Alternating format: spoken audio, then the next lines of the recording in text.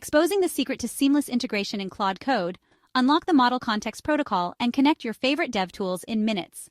First up, prep your environment. Make sure you have Node.js version 18 or later. Download it from nodez.org if you need to. Now install Claude Code globally by running npm install g at Anthropic AI/Claude Code. No need for sudo. Launch Claude by typing Claude in your project directory. You'll be prompted to log in, either through the Anthropic console or with your Claude app account. Once you're in, it's time to connect your favorite tools using the Model Context Protocol, or MCP. To add GitHub, create a personal access token, then run Claude MCP add GitHub server, npxy, at Model Context Protocol /server GitHub at latest. For Postgres, grab your Neon API key and connect with a similar command. Want to use Claude Code in VS Code? Just launch it from the integrated terminal. Extensions and handy shortcuts are ready out of the box. That's it. Now you can use natural language and / commands to work smarter, not harder.